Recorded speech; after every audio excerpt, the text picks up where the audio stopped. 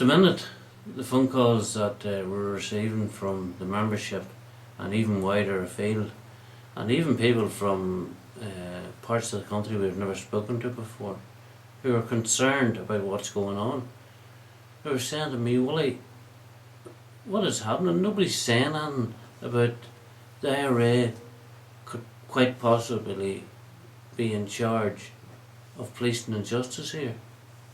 Now, we're not talking about nationalists. There's no problem with Mark Durgan and the SDLP and them being in charge. We're talking about terrorists. And I said, well, we've made our feelings known to the politicians. And the things people are saying to me, well, is these people more concerned about their wages on the hill?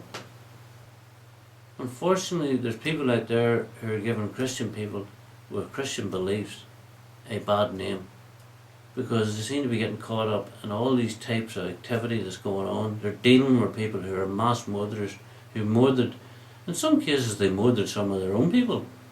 When I say their own people, some of the politicians' own people. We have politicians who are nothing short of paedophiles, covered up for paedophiles. Had an organisation which I believe there's numerous stories coming out about over the weekend, who were involved in rape with children, with young girls, and with the wives of their prisoners.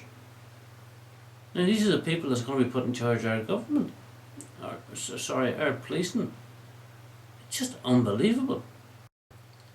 Rosemary Nelson, the inquiry, we have been doing some research into the money that's been spent, because they continually tell us what they spent on victims. Well, for the whole of the victim sector, over a 3-year period, they say there's 32 million available, which is not correct. There's not 32 million available. But just to give you an example, the Rosemary Nelson inquiry is going to cost maybe 50 million and maybe even more. And it's just the Rosemary Nelson inquiry. Now, we looked into why that inquiry was actually given the go-ahead in the first place. Now, listen to this. This is why £50 million is being spent on an inquiry into Rosemary Nelson. Because 6 or 7 IRA men who were there, who were clients, actually quoted what certain members of the police had said, or certain members of the security force said. And I'll give an example here. While being questioned, client B, they said she was a Pro V solicitor. Some police officer in their questioning of terrorists said that Rosemary Nelson must have been beat with the ugly bat whenever she was born. And some of the other reasons is Rosemary Nelson, well, she got a bullet in the post. Now, she refused to hand it over to the police so they could investigate it. But one of the questions I had asked, did the bullet drop out of Duffy's pocket while he was in the car with her? Did anybody ever consider that? I'm not saying it's right or wrong, but it certainly doesn't warrant an investigation. But that's an example. Now, there's 7 to 10 points like that.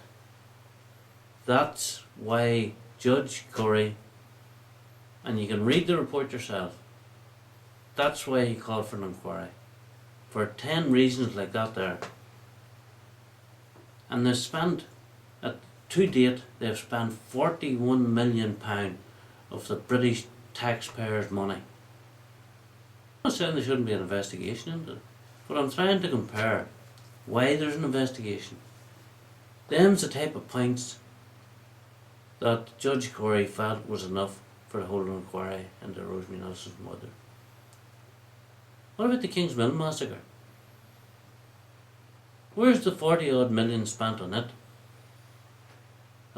Is it any wonder our people are getting sick to the back teeth with what's going on?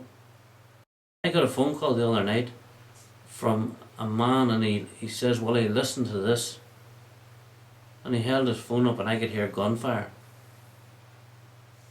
IRA men shooting in Mully Ash Mountain training, which has been reported to the police on a few occasions. Now they'll probably deny that it's going on. Mully Ash Mountain was a great training ground through the Troubles for the IRA. And you could quite clearly hear the shooting over the mobile phone. And the man says to me, "Well, that's what we have to live beside." Is it any wonder people are scared out of the wits, especially when we're talking now about handing over the power to Sinn Féin, IRA. If they were gassing the people in Northern Ireland, I believe they would say the peace agreement is going well and it's all on course, and we must save the peace agreement. If it was a peace agreement, I would agree with them. If people were not being shot, blew up, intimidated, they're more interested now in getting you for speeding, for offences like using the phone, which you shouldn't be doing. I was wrong, you shouldn't have been doing it. But there's people out there who are living day and daily with threats, with the possibility that somebody's going to try and kill them, and nobody cares. Nobody cares. The British government don't care. As a matter of fact, the Security Minister, Mr Goggins, has said, more or less said, he didn't come out directly and use the words, but he said Willie Fraser will deserve basically what he gets, because he shouldn't be going into South Armagh. He shouldn't be doing what he's doing. Well, I have news for you. They haven't seen me doing what needs to be done. I haven't got started right yet. Because as far as I'm concerned, there's terrorists out there who are making money off the backs of the law-abiding community. They're taking millions of taxpayers' money and putting it into a terrorist organisation. They're allowed to get away with rackets that's destroying other businesses, just in the name of peace. I'll give you one example.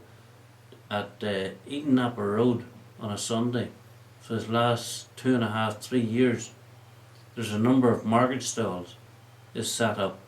Every one of them are selling drink, cigarettes, illegal DVDs and CDs, fake clothes.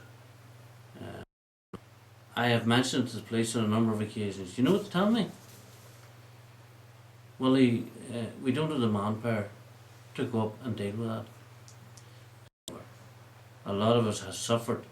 A lot of us last 35 to 40 years, and we want to see a genuine peace in Northern Ireland.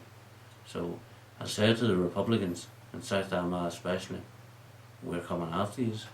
We will do everything we can to expose you, and the criminality end of it as well that you are involved in, we will do everything to expose it. And when I say everything to expose you, we will give the names, the facts, the dates, the times, what you are doing to the police until they finally move on you. Because too many people paid with their lives so we could live in peace, not to live under the mafia, because that's what it's like here in this country now. What Italy would have been like probably 50 years ago, living under the rule of the mafia. They weren't governed, they were controlled, but we're not prepared to accept that.